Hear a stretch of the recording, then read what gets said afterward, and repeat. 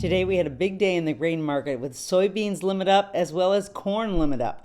Let's start with soybeans. The acreage numbers were lower, but then the estimates that even though they were above last year, quarterly stocks were slightly above the estimates, but it still sent the market reeling. It just promises to add to the worries that there's going to be a squeeze with tighter supplies later on in the season and certainly before harvest.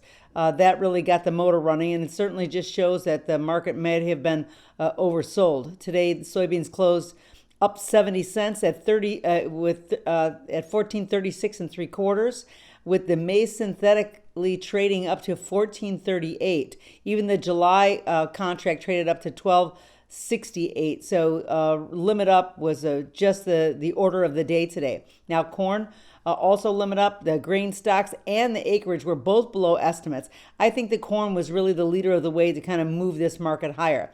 The grain stocks were supposed to be the focus today, but it turned out to be the plantings. It looks like the USDA really had us focused on the wrong thing here, and the plantings were what really sent the market reeling. That was the big surprise. Option volatility did balloon on both sides, and we expect there's going to be big activity going forward. Expanded limits are going to be in play tomorrow for both corn and beans, so that's going to be a lot to watch. Now, corn did close at on the May contract at 564 and a quarter.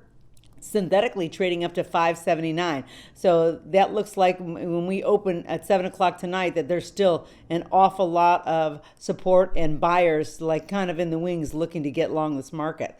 The wheat did surge as well, certainly not as much. The USDA report was relatively neutral, almost on the hint of the bearish side. Just there's a lot of wheat out there, and so that competition against corn and beans just kind of doesn't exist.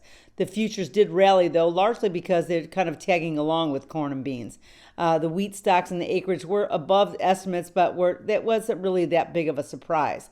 We did get up to 631 and 3/4, but settled at 618 and 3/4, only up 17 cents. Now today's limit move largely is because the correction was overdone. We got a surprise with the plantings number, but also it's the end of the month and end of the quarter. So now all the bulls are talking about $15 soybeans and $6 corn. So hang on to your hat. It looks like we're going to really have a bumpy ride as we go into tomorrow, which will be the last trading day of the week before our big 3-day weekend.